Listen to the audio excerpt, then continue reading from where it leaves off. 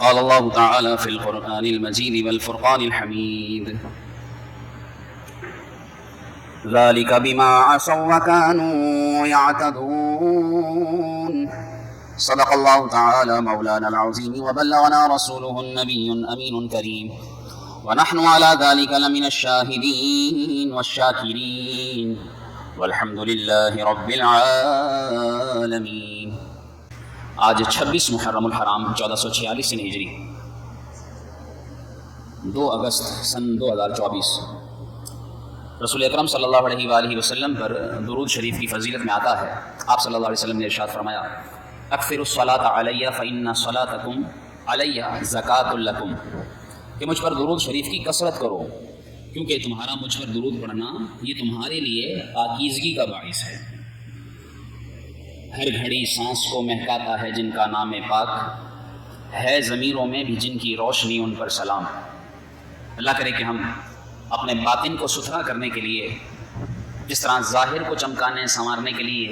بہت سی تدبیریں اپناتے ہیں، اپنے باطن کو ستھرا کرنے کے لیے بھی بہت سارے طریقوں میں سے ایک طریقہ درود شریف کی کثرت بھی ہے۔ جتنا کثرت سے درود شریف پڑھیں گے اللہ رب العالمین اتنا باطن کو صاف فرما دے گا۔ برکت کے لیے ایک بار بلند آواز سے درود شریف پڑھیے، اللہم صلی علی سیدنا و مولانا محمد وبارک وسلم وصلی علیہ۔ قرآن کریم میں اللہ رب العالمین نے بنی اسرائیلیوں سے خطاب کرتے ہوئے ارشاد فرمایا یا بنی اسرائیل اذکروا نعمتی التی انعمت علیکم وانی فضلتکم علی العالمین۔ اس کے پس منظر میں علماء نے لکھا ہے کہ اللہ تعالیٰ نے پہلے ہی پارے میں تقریباً 3 مرتبہ بنی اسرائیلیوں کو جو ایمان لانے کا حکم دیا اس کا ذکر فرمایا، اور آیت نمبر 40 سے لے کر 46 تک 6-7 آیتوں میں تقریباً اللہ رب العالمین نے بنی اسرائیلیوں کو اپنے رب عز و جل سے ڈرنے، قیامت کے دن اللہ کی بارگاہ میں جواب کے لیے پیش ہونے اور انہیں اپنی نافرمانیوں کا احساس کرنے کا گویا کہ ذکر فرمایا کہ وہ یاد کریں، اور پھر اللہ تعالیٰ نے ایمان کی دعوت دی، اور پھر اللہ تعالیٰ نے انہیں نعمتیں یاد دلائیں کہ تم ذرا اللہ کی نعمتیں یاد کرو۔ آج بھی بہت سے لوگ اللہ کی نعمتوں کو یاد تو کرتے ہیں، لیکن اللہ کی نعمتوں کو یاد کرنے کے 2 طریقے ہوتے ہیں، ایک تکبرانہ اور ایک شکرانہ۔ تکبرانہ یوں کہتے ہیں کہ میرے پاس تو بڑی دولت ہے، بڑا مال ہے، میرے پاس تو کاریں ہیں، میرا بنگلہ ہے، میری فیکٹریاں چل رہی ہیں، میرے پاس تو یہ کچھ ہے، وہ میرے مقابلے میں کیا ہے۔ اس طرح تکبرانہ نعمتوں کو ذکر کیا جاتا ہے، لیکن یہ پسندیدہ نہیں کہ اللہ کی نعمتوں کو بندہ یاد بھی کرے اور تکبر کے طور پر، بلکہ اللہ کی نعمتوں کو یاد کرے شکر کے طور پر، یہ کہے کہ الحمدللہ، اللہ کی تعریفیں ہیں، اللہ کا شکر ہے کہ میرے پاؤں سلامت ہیں، اللہ کا شکر ہے کہ اللہ نے اپنی رحمت سے بہت دیا ہے، اللہ کا شکر ہے کہ اللہ رب العالمین نے بن مانگے عطا فرمایا۔ تو اس طرح یہ 2 طرح کے نعمتوں کو ذکر کرنے کے طریقے علماء نے لکھے ہیں، اور بنی اسرائیل کو اللہ رب العالمین نے باقاعدہ نعمتیں یاد دلائیں کہ تم بھی اللہ کی نعمتوں کو ذرا یاد تو کرو۔ کس طرح؟ شکر کے طور پر، فخر کے طور پر نہیں۔ اور بنی اسرائیل فخر کے طور پر ذکر کرتے تھے، تکبر کے طور پر کہ ہمارے اندر تو نبی تھے، ہماری نسلوں میں تو بادشاہت تھی، ہماری نسلوں میں تو سرداری تھی۔ اتنی نعمت اللہ نے ان کو عطا فرمائی۔ کتابوں میں لکھا ہے کہ حضرت ابراہیم علیہ السلام کے 2 بیٹے تھے، ایک اسماعیل علیہ السلام اور ان سے بڑے اسحاق علیہ السلام، اور اسحاق علیہ السلام کے جو بیٹے تھے وہ یعقوب علیہ السلام، اور پھر یعقوب علیہ السلام کے تقریباً 11 بیٹے ہوئے۔ وہ 11 کے 11 بیٹے جب مختلف نسلوں میں بٹے، جب ان کی نسل فلسطین، شام اور اس طرح ان ملکوں میں آباد ہوئی، تو ان کی نسلوں کو اللہ رب العالمین نے بنی اسرائیل، یہ اسرائیل دراصل حضرت یعقوب علیہ السلام کا لقب تھا، تو ان کی اولاد کو اللہ نے بنی اسرائیل کہہ کر خطاب فرمایا، اور یہ نسلیں تب سے چلی، اور تب سے لے کر حضرت عیسیٰ علیہ السلام تک جتنے نبی آئے، کتابوں میں لکھا ہے تقریباً 4000 نبی حضرت یعقوب علیہ السلام کے بیٹوں کی اولاد میں سے آئے، 4000 نبی، اور 3 بڑی کتابیں توریت، زبور، انجیل، یہ تینوں انہی بنی اسرائیلیوں میں سے جو نبی ہوئے ان پر نازل ہوئی۔ تو اللہ تعالیٰ نے انہیں یہ نعمتیں یاد دلائیں کہ دیکھو اتنے نبی تمہاری نسلوں میں سے آئے، 3 بڑی کتابیں تمہارے پاس رہیں، وہی تمہارے لیے اترتی تھی، آسمانی کتابوں کا خزانہ، علم کا خزانہ، سرداری کا خزانہ، بادشاہت کا خزانہ، یہ سب تمہارے پاس تھا، تمہاری نسلوں میں اولیاء تھے، علماء تھے، لیکن یہ سب تم میں ہونے کے باوجود اب آخر میں اسماعیل علیہ السلام کی نسل میں رسول اللہ صلی اللہ علیہ وسلم کے بیچ میں کوئی نبی نہیں آیا، اور جیسے ہی اسماعیل علیہ السلام کی نسل میں بیچ میں کوئی نبی نہ آیا اور سارے نبی اسحاق اور یعقوب اور ان کی نسلوں سے آتے رہے، لیکن یہ سارے نبی جب آخری نبی ان میں حضرت عیسیٰ علیہ السلام تشریف لائے اور اس کے بعد یہ نبوت یہاں سے منتقل ہو کر آخری نبی کے طور پر رسول اللہ کی صورت میں ظاہر ہوئی۔ جیسے ہی نسل بدلی فوراً بنی اسرائیلی جو ہے وہ منکر ہو گئے، تو اللہ تعالیٰ نے ان سے فرمایا ذرا میری نعمتیں یاد کرو، اور یہ ساری جو نعمتیں یہاں تک کہ نبوت بھی تمہاری نسل میں آ رہی تھی، لیکن تم سے چھن کر یہ نبوت بھی میں نے اسماعیل علیہ السلام کی نسل میں منتقل کی کہ اب آخری نبی ان کی نسل سے ظاہر ہوا، تو یہ نبوت تک کی نعمت، تمہارے درمیان نبی ظاہر ہونا، تمہارے درمیان کتابیں اترنا، وحی آنا، بادشاہت ملنا، سرداری ملنا، علم ملنا، ولایت ملنا، یہ سب کچھ ملنا، یہ سب ختم ہو گیا۔ کیوں؟ کیونکہ یہ تمہاری ان ناشکری اور ان کفران نعمت کی وجہ سے تھا کہ جو تم نے کیا، کہ سب کچھ ملنے کے باوجود تم لوگ نافرمان ہوتے چلے گئے، اور جب یہ نافرمانی کرتے تھے تو اللہ تبارک و تعالیٰ نے ان سے ارشاد فرمایا ذرا میری نعمتیں تو یاد کرو، میں نے تمہیں کیا کیا کچھ دیا تھا، لیکن تم سے یہ ساری نعمتیں چھن گئی، اب آخر میں ایک نعمت رسول اللہ کی صورت میں تمہارے سامنے ظاہر فرمائی ہے، ان کی تو قدر کرو، ان پر تو ایمان لاؤ، ان کو تو اپنا نبی مانو، ان کا کلمہ تو پڑھو، لیکن اس شعر کا مصداق بننے کی بجائے کہ آسیو تھام لو دامن ان کا، یہ نہیں ہاتھ جھٹکنے والے، نہیں مانے، اور پھر وہ انکار پر ہی مصر رہے، تو اللہ تبارک و تعالیٰ نے پھر جو کچھ ان کے پاس تھا، قرآن کریم میں اللہ رب العالمین نے ارشاد فرمایا ضربت علیہم الذلۃ والمسکنۃ وباؤوا بغضب من اللہ، کہ اللہ رب العالمین نے ان پر ذلت مسلط فرما دی اور وہ اللہ کے غضب کا شکار ہوئے اور ان سے سب کچھ چھین لیا گیا۔ علماء نے یہاں آ کر یہ نقطہ بیان کیا کہ دیکھو اللہ رب العالمین اپنی نعمتیں چھین لیتا ہے، کب؟ اس کی بہت ساری وجوہات ہیں،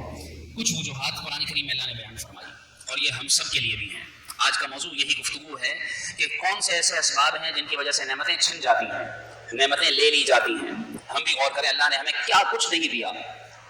کیا کچھ بن مانگے نہیں دیا، کتنی نعمتیں اللہ نے ہمیں عطا فرمائی ہیں۔ جسم کی نعمت سر کے بالوں سے لے کر پاؤں کے ناخن تک اگر ہم غور کریں، ہمارا ذرہ ذرہ بال اللہ کی نعمتوں میں ڈوبا ہوا ہے۔ ہم کھاتے ہیں، اللہ کی رحمت سے وہ ہضم ہو جاتا ہے، وہ ہمارے جسم کو طاقت دیتا ہے، ہماری بصارت سلامت رہتی ہے، ہماری سماعت سلامت رہتی ہے، ہم بول سکتے ہیں، ہم چل سکتے ہیں، ہم اپنی مرضی سے اپنی انگلیوں کو حرکت دے سکتے ہیں، ہم پل کے جھپک سکتے ہیں، ہم سو جاتے ہیں، یہ نعمت ہے، اٹھ جاتے ہیں، یہ نعمت ہے۔ ہمارے اندر سے اضافی چیز بصورت فضلہ نکل جاتی ہے، یہ اللہ کی نعمت ہے۔ کبھی کسی کا پیشاب بند ہو جائے، اس سے پوچھیں حالت کیا ہوتی ہے، یہ نکل جانا اللہ کی نعمت ہے۔ پھر رشتہ داروں کی صورت میں ماں باپ بہن بھائی ہے، یہ نعمت اللہ نے ہمیں عطا فرمائی۔ اللہ رب العالمین نے ہمیں گھر عطا فرمایا، اللہ رب العالمین نے ہمارے لیے سکون بصورت نیند عطا فرمایا کہ ہم نیند لے لیتے ہیں، جن کو نیند نہیں آتی ان سے پوچھیے کیا ان کی حالت ہوتی ہے۔ تو یہ اتنی نعمتیں ہیں، ہم یاد تو کریں، لیکن اگر ہم سے یہ نعمتیں چھنتی ہیں، اور سب سے بڑی نعمت اللہ رب العالمین کی ہمارے لیے ایک طرح سے نعمتوں میں سے ایک نعمت کہ اللہ نے ہمیں عزت عطا فرمائی ہے۔ لوگ ہمارے کرتوتوں پر واپس آگاہ نہیں ہیں، اگر وہ آگاہ ہو جائیں ہماری کیا عزت رہ جائے لوگوں کے سامنے۔ پھر سب سے بڑی نعمت اللہ نے ہمیں ایمان عطا فرمایا ہے۔ یہ ساری نعمتیں اگر ہم غور کریں کہ اللہ نے ہمیں دی ہیں، لیکن یاد رکھیے جب وہ نعمتیں دے سکتا ہے تو وہ نعمتیں چھین بھی سکتا ہے، وہ نعمتیں لے بھی لیتا ہے۔ وہ ایمان کی جگہ کافر کر دے، مسلمان کو کافر کر دے، ہم کیا کر لیں گے؟ ہمیں کسی کافر کے گھر میں پیدا کر دیتا، ہم کیا کر لیتے؟ اس نے عزت دی ہے، لیکن اگر ہم پر ذلت مسلط فرما دے، ہم کیا کر لیں گے؟ ہم ذلیل و رسوا ہو جائیں لوگوں کے سامنے، لوگ ہم سے بات کرنا پسند نہ سمجھیں، لوگ ہم سے ہاتھ ملانا اچھا نہ لگے، ہم کیا کر لیں گے؟ یہ اللہ کی نعمتیں ہیں، غور کرنا چاہیے۔ ہم ان اسباب پر غور کرتے ہیں کہ جن اسباب کی وجہ سے نعمتیں چھین لی جاتی ہیں۔ ایک وجہ نعمتیں چھیننے کی جو بنی اسرائیلیوں سے بھی چھین گئیں، اور تم دھیان رکھنا کہیں ایسا نہ ہو کہ تم سے بھی نعمتیں چھن جائیں، اور وہ کیا وجہ تھی کہ یہ بنی اسرائیلی اپنے نبیوں کی گستاخی کیا کرتے تھے، اپنے درمیان آنے والے نبیوں کی ناقدری کرتے تھے، جو انہیں دین کی طرف بلاتا تھا اس کے ساتھ بدسلوکی کرتے تھے۔ یہاں تک کتابوں میں لکھا کہ انہوں نے 300 نبیوں کو ایک دن میں شہید کیا، حضرت زکریا، حضرت یحییٰ، حضرت شعیہ، یہاں تک کہ حضرت موسیٰ علیہ السلام کے ساتھ بھی انہوں نے یہی کیا۔ پھر حضرت عیسیٰ علیہ السلام کے بارے میں بھی کہ انہوں نے دشمنی مول لے لی۔ اس لیے اللہ تبارک و تعالیٰ نے ان سے فرمایا دیکھو تم نے نبیوں کی ناقدری کر لی، لیکن اب اس آخری نبی آقا صلی اللہ علیہ وسلم کی بھی اگر تم نے بے قدری کی تو تم برباد ہو جاؤ گے۔ اور انہوں نے بے قدری کی اور پھر ان پر ایسی ذلت مسلط ہوئی، ایسے برباد ہوئے، جس کو کسی شاعر نے یوں لکھا کہ حبشہ کے عاشق ہوئے تو سردار بنے، جنہوں نے حضور کی قدر کی تو وہ حبشہ کے ہو کر بھی سرداری پر آ گئے، عاشق ہو کے سردار بن گئے، لیکن جو رومی تھے، جو رسول اللہ صلی اللہ علیہ وسلم کی بے قدری ناقدری کرتے ہوئے انکار کرتے تھے، تو فرمایا رومی فنا ہوا،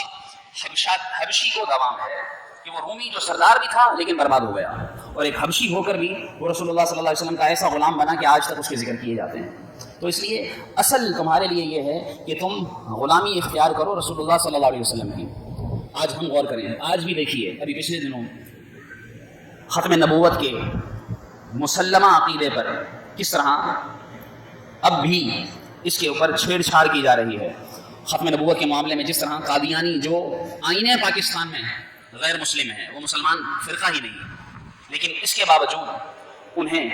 معاذ اللہ اسلامی جمہوریہ پاکستان کے اندر دیکھیے کس طرح عقیدہ ختم نبوت کے اوپر انہیں کس طرح دست درازی کرنے کی اجازت دی جا رہی ہے کہ وہ تحریف شدہ قرآن بھی چھاپ سکتے ہیں، وہ اپنے چار دیواری کے اندر اپنے آپ کو مسلمان کہلوا سکتے ہیں۔ کیوں کہلوا سکتے ہیں؟ جب وہ آئین پاکستان میں ہی غیر مسلم قرار دے دیے گئے تو یہ دراصل ڈاکہ ڈالنا ہے ختم نبوت کے عقیدے پر کہ آخری نبی اگر کوئی ہے تو وہ رسول اللہ صلی اللہ علیہ وسلم ہے، یہ ہمارا مسلمہ عقیدہ ہے، تو اب کوئی اور نبی نہیں ہو سکتا۔ تو اس لیے گویا کہ ہمیں بھی سمجھایا جا رہا ہے کہ جس طرح بنی اسرائیلیوں نے اپنے نبی کی ناقدری کی تھی تو وہ برباد ہوئے تھے، ان پر ذلت مسلط ہوئی تھی، اگر تم نے بھی ذرا سی بھی کوتاہی کی حضور کے معاملے میں تو یاد رکھنا تم بھی عبرت کا نشان بنے دیے جاؤ گے۔ اس لیے ہمیں یہ عقیدہ یاد رکھنا چاہیے کہ آخری نبی صرف حضور صلی اللہ علیہ وسلم ہے، ان کے بعد نہ کوئی نبی ہو سکتا ہے، نہ آ سکتا ہے، نہ ممکن ہے، اس میں کوئی گنجائش ہی نہیں۔ حضور علیہ السلام نے ارشاد فرما دیا کہ اللہ تبارک و تعالیٰ نے ایک عمارت بنائی اور اس عمارت کے اندر نبیوں کی صورت میں اینٹیں لگائیں، اور ایک آخری اینٹ کی جگہ بچی تو وہ آخری اینٹ میں ہوں، یعنی آخری نبی میں ہوں، بس مجھے اللہ نے جب بھیج دیا تو وہ عمارت مکمل ہو گئی۔ اس لیے اس اعتبار سے ہمیں غور کر لینا چاہیے کہ ہمیں حضور علیہ السلام سے محبت کا اظہار کرنا چاہیے، اور اپنے جن عقیدوں کا، جن نظریوں کا حضور علیہ السلام کی ذات سے متعلق عقیدے میں اظہار کرنا چاہیے، ہمیں اظہار کرتے ہوئے اپنی زندگی گزارنی چاہیے۔ ایک وجہ کہ ایسا نہ ہو کہ اگر ہم نے حضور علیہ السلام کی عزت و ناموس کے معاملے میں کسی بھی طرح کی بے توجہی کی، بے فکری کی، تو ایسا نہ ہو کہ ہم سے نعمتیں چھین لی جائیں اور ہم برباد ہو جائیں، بنی اسرائیلی جس طرح برباد ہوئے۔ دوسرے نمبر پر نعمت چھیننے کا ایک بڑا سبب علماء نے بیان فرمایا حسد ہے، کہ جب کوئی شخص حسد کرتا ہے تو اللہ تبارک و تعالیٰ اس سے بھی اپنی نعمتیں چھین لیتا ہے۔ حسد کیا ہے؟ دوسرے کی عزت، دوسرے کی نعمت دیکھ کر جلنا بھولنا کہ اس کو کیوں مل گئی عزت، اس کو پیسہ کیوں مل گیا، اس کو یہ نام کیوں مل گیا، اس کی کیوں قدر کی جا رہی ہے، اس کا کاروبار کیوں چمک رہا ہے، یہ سوچ کر پھر یہ تمنا کرنا کہ یا اللہ اس سے چھن جائے اور چھن کر مجھے مل جائے، یہ حسد کہلاتا ہے۔ اور رسول اللہ صلی اللہ علیہ وآلہ وسلم نے ارشاد فرمایا کہ یہ حسد ایسی آگ ہے جو اس میں مبتلا ہو جاتا ہے بالآخر وہ اپنے ایمان سے بھی ہاتھ دھو بیٹھتا ہے۔ آپ صلی اللہ علیہ وسلم نے ارشاد فرمایا کہ یہ شیطانی بیماری ہے، پچھلی امتوں میں حسد اور بغض یہ سرایت کر گئی تھی، اور یہ حسد ایسی بیماری ہے جو تمہارے دین کو مونڈ دیتی ہے، تمہارا دین جڑ سے ختم کر دیتی ہے، ایسی بیماری ہے۔ فرمایا حسد یفسد الایمان، ایمان کو برباد کرتا ہے حسد۔ آج دیکھیے کس میں حسد نہیں ہے، آج تو بھائی بھائی میں حسد پایا جا رہا ہے، بھائی بھائی سے جلتا ہے، حیرت کی بات ہے، بھائی بھائی سے جلتا ہے، بہن بہن سے خار کھا رہی ہے۔ آج ایک دوسرے سے پڑوسی حسد کرتے ہیں، مسلمان بھائی آپس میں حسد کرتے ہیں۔ خدا را سوچئے تو صحیح کہ کہیں ہمارے اندر حسد تو نہیں آ گیا؟ اگر ہمارے اندر حسد آ گیا ہے، کہیں ہمارے دل میں بھی کسی کے بارے میں بغض بیٹھ گیا ہے دل میں، تو ہمیں اس کو نکال دینا چاہیے، اپنے دل کو صاف کر لینا چاہیے، اور مسلمان بھائی کے بارے میں اچھا گمان قائم کرنا چاہیے۔ اسی لیے یہ یہودی کیا کرتے تھے کہ انہوں نے دیکھا کہ نبوت ہماری نسل سے ختم ہو کر بنی اسماعیل میں آئی اور رسول اللہ اس نسل میں سے نبی ہو گئے ہیں، انہیں حسد ہو گیا تھا، یہ حسد کی وجہ سے مسلمان نہیں ہوئے تھے۔ تو معلوم ہوا کہ حسد ایسی بیماری ہے جو انسان کو ایمان سے بھی روک دیتی ہے، اور جس کے پاس ایمان ہو اس کا ایمان برباد کر دیتی ہے۔ فرمایا حسد نیکیوں کو ایسا کھا جاتا ہے جیسے خشک لکڑیوں کو آگ کھا جاتی ہے، تو اس لیے نیکیاں بھی بچائیے، ایمان بھی بچائیے، ایسا نہ ہو کہ حسد کی وجہ سے ایمان ہی برباد نہ ہو جائے۔ اور کعب بن اشرف ایک گستاخ تھا، اس کے بارے میں آتا ہے یہ امیر آدمی یہودی تھا، اس نے جب رسول اللہ صلی اللہ علیہ وسلم کی عزت دیکھی، مکے آ کر قریشیوں کو، قریش مکہ کو جو کفار مکہ تھے انہیں ابھارا کہ تم ایسا کرو جنگ کرو رسول اللہ کے خلاف، تو جب قریش مکہ نے اس کی بات سنی تو انہوں نے کہا کہ تم تو یہودی ہو، اہل کتاب ہو، جس طرح یہ مسلمان ایک خدا کو سجدہ کرتے ہیں تم بھی تو سجدہ کرتے ہو، ہم تمہاری باتوں میں آ گئے اور جنگ کے لیے کھڑے ہو گئے، کہیں ایسا نہ ہو کہ بیچ جنگ میں تم ہمیں چھوڑ کر چلے جاؤ، ثبوت دو تم کہ تم ہمارے ساتھ ہو۔ اس نے پوچھا کیا چاہتے ہو، کیا ثبوت دوں؟ کفار مکہ نے کہا کہ ہم جس طرح بتوں کو سجدہ کرتے ہیں تم بھی خدا کو چھوڑ کر بتوں کو سجدہ کر کے دکھاؤ۔ حسد میں آ کر اس شخص نے شرک کرتے ہوئے خدا کا سجدہ چھوڑ کر بتوں کے آگے سر جھکا دیا، وہ شرک میں پڑ گیا۔ تو اس طرح دیکھیے کہ حسد انسان کو کہاں سے کہاں لے جاتا ہے۔ تو مسلمان کو چاہیے کہ نعمتیں چھن نہ جائیں، ان نعمتوں کے چھننے سے بچنے کے لیے خود کو حسد سے بھی بچائے۔ اور تیسری چیز جو اہم اور بڑی چیز ہے وہ ہے اللہ کی نافرمانی، کسی بھی طرح کی سرکشی۔ اللہ کی نافرمانی بھی انسان کو اس کی نعمتوں سے محروم کر دیتی ہے۔ قرآن کریم اللہ نے بیان فرمایا ذالک بما عصوا وکانوا یعتدون، یہ جو بنی اسرائیلیوں پر ذلت مسلط کر دی گئی، جو انہیں برباد کیا گیا، ان سے جو سب کچھ چھین لیا گیا، اس کی وجہ کیا تھی؟ مسلسل اللہ کی نافرمانی کرنا، اللہ کی حدیں توڑنا۔ مسلمان بھی کیا کرتا ہے کہ پہلے صغیرہ گناہ، چھوٹا موٹا گناہ کرتا ہے، پھر وہی گناہ دوبارہ کرتا ہے، پھر وہی گناہ دوبارہ کرتا ہے، پھر جب جی نہیں بھرتا پھر کبیرہ گناہ پر کراتا ہے، پھر بڑے گناہ کرتا ہے، پھر غیبت کرے گا، حسد کرے گا، پھر وہ چغلی کھائے گا، بہتان لگائے گا، وہ جھوٹ بولے گا، اس طرح کے بڑے بڑے گناہوں پر آئے گا۔ اور پھر جب اس کا آخر کار شیطان اس میں کامیاب ہو جاتا ہے، پھر یہاں تک کہ اس کو کبیرہ گناہوں سے کفر تک لے جاتا ہے۔ یہ بندہ سرکشی نافرمانی کر کر کے آخر کار کافر ہو جاتا ہے اور اس کو پتہ بھی نہیں چلتا۔ اور جب کفر پر اس پر طاری ہوتا ہے پھر نعمتیں اس سے چھننا شروع ہو جاتی ہیں، پھر اس کو راتوں کو نیند نہیں آتی، پھر اس کے لیے رزق میں تنگی ہو جاتی ہے، پھر اس کے گھر میں سکون ختم ہو جاتا ہے، پھر گھر میں ہی لڑائیاں ہوتی ہیں، پھر اپنی اولاد سامنے کھڑے ہو کر ہاتھ اٹھاتی ہے، پھر اس کے سامنے اس طرح کی پریشانیاں آتی ہیں کہ وہ ان میں ایسا گھرتا ہے کہ خدا کو یاد کرنے کا موقع بھی نہیں ملتا۔ یہ وجہ کیا ہوتی ہے؟ خدا کی نافرمانی، اللہ کی نافرمانی، اسے سرکشی۔ موسیٰ علیہ السلام کی قوم نے بھی کیا کیا؟ پہلے اللہ تعالیٰ کے نبی حضرت موسیٰ علیہ السلام نے انہیں فرعون سے نجات دلائی، یہ نجات مل گئی، اس کے بعد انہیں چاہیے تھا کہ وہ شکر ادا کرتے کہ چلو فرعون جیسے جابر بادشاہ سے جان چھٹی، لیکن نہیں مانے، نافرمانی کی۔ پھر اللہ رب العالمین کے نے حضرت موسیٰ علیہ السلام سے کہا کہ ان کی خاطر تم توریت لینے آؤ، پھر ان کو توریت لا کر دی۔ موسیٰ علیہ السلام توریت لینے گئے، پیچھے سے یہ بچڑے کو پوچھنا شروع ہو گئے، پھر انہوں نے نافرمانی کی۔ پھر انہوں نے آخر کار جب حضرت موسیٰ علیہ السلام توریت لے آئے، پھر بولے کہ ہم تو اللہ کو دیکھیں گے، اللہ دکھاؤ ہمیں۔ پھر اللہ تعالیٰ کے نبی موسیٰ علیہ السلام نے ان کے لیے معافی مانگی، پھر اس کے بعد ان کے لیے اللہ تعالیٰ نے منو سلوہ اتارا، پھر نافرمانی کی، یعنی نافرمانی پر نافرمانی۔ جب یہ کرتے چلے گئے آخر کار اللہ رب العالمین فرمایا کہ اے موسیٰ نام نشان مٹ گیا، اتنی ذلت برپاری ہوئی۔ ایسے ہی اے بندے اب ہمارے لیے بھی تیرے لیے بھی یہ اللہ کی طرف سے گویا کہ یہ تنبیہ ہے، آگاہی ہے، مان جا، توبہ کر لے، سرکشی چھوڑ دے، گناہ چھوڑ دے، نافرمانی چھوڑ دے، مان کر اللہ کا سچا بندہ بن جا، خدا کو مان۔ کیونکہ یاد رکھ اللہ کے رسول صلی اللہ علیہ وسلم نے ارشاد فرمایا کہ اللہ تعالیٰ فرماتا ہے اطاعت پر میں راضی ہوتا ہوں، اور جو میری اطاعت کرتا ہے میں اسے برکتیں عطا فرماتا ہوں، اور جو میری نافرمانی کرتا ہے میں اس پر لعنت بلکہ اس کی 7 پشتوں پر لعنت مسلط کر دیتا ہوں اللہ کی نافرمانی پر۔ سیدنا ابو درداء رضی اللہ تعالیٰ عنہ کے بارے میں آتا ہے کہ جب مسلمانوں نے قبرص فتح کیا، قبرص ایک شہر کا نام، تو یہ ابو درداء کونے میں بیٹھ کر رونے لگے۔ حضرت جبیر آئے، کہنے لگے آج تو خوشی کا دن ہے، مسلمانوں کو فتح ہوئی اور آپ رو رہے ہیں۔ انہوں نے کہا کہ خوشی ہمارے لیے ہے، لیکن میں اس بات پر رو رہا ہوں کہ ان قبرص والوں نے کیسی اللہ کی نافرمانی کی کہ دیکھو ان پر آج ذلت مسلط کر دی گئی ہے، میں اس پر رو رہا ہوں۔ اس لیے جو اللہ کی بارگاہ میں بے وقعت ہو جاتا ہے، جو اللہ کی بارگاہ سے دھتکار دیا جاتا ہے، وَمَن يُهِنِ اللَّهُ فَمَا لَهُ مِن مُكْرِمٍ، جس کو اللہ ذلیل کر دے اس کو کوئی عزت نہیں دے سکتا۔ تو اس لیے ایسا نہ ہو کہ اللہ تعالیٰ ہمیں بھی ذلیل و رسوا کر دے، ہماری بھی رسوائی ہو، ہماری بھی ذلت ہو، ہم بھی عبرت کا نشان بنا دیے جائیں، ہم سے بھی نعمتیں چھن جائیں۔ یہ ساری نعمتیں جو اللہ نے ہمیں دی ہیں، اس سے پہلے کہ یہ چھنیں ہم اللہ کی نعمتوں کی قدر کریں اور اللہ کی بارگاہ میں اچھے کام کریں۔ تفسیر صراط الجنان میں لکھا ہے کہ جو سیاہ کام کرے، گناہوں سے اپنا نام اعمال بھرے، اپنا کردار داغدار کرے اور پھر بھی یہ سمجھے کہ وہ عزت کی زندگی گزارے گا، اس پر تف ہے ایسا شخص جو برا کرنے کے باوجود بھی اچھائی سوچتا ہے۔ اس لیے اچھا کرے گا تو اچھا ملے گا، جو بوئے گا وہی کاٹے گا۔ مسلمانوں آج کی گفتگو ہمارے لیے سمجھ لیجئے کہ احساس دلایا جا رہا ہے کہ خود کو ہم اللہ کی فرما برداری کی طرف لائیں، رسول اللہ کی سچی غلامی کی طرف لائیں، اور ہم لوگوں سے بھی اپنے معاملات اچھے کریں، اللہ اور رسول کے ساتھ ساتھ لوگوں سے بھی ہمارا دل اچھا ہو۔ انشاءاللہ یہ عمل کریں گے تو اللہ تعالیٰ ہمیں اپنی نعمتوں سے نوازے گا، ہماری نعمتوں میں اضافہ فرمائے گا، اور اگر اس کا برعکس کریں گے تو یہ نہ ہو کہ جو نعمتیں ہمارے پاس ہیں یہ بھی ہم سے چھن جائیں۔ اللہ تعالیٰ ہمیں اپنی نعمتوں کا شکر کرنے، نعمتوں کا حق ادا کرنے کی توفیق عطا فرمائے، اور برائی سے برے لوگوں سے اللہ پاک ہمیں محفوظ فرمائے۔ آمین بجاہ نبی امین صلی اللہ علیہ وسلم۔ وہ لطف زندگی پایا نہیں کرتے یادیں مصطفیٰ سے دل کو بہلایا نہیں کرتے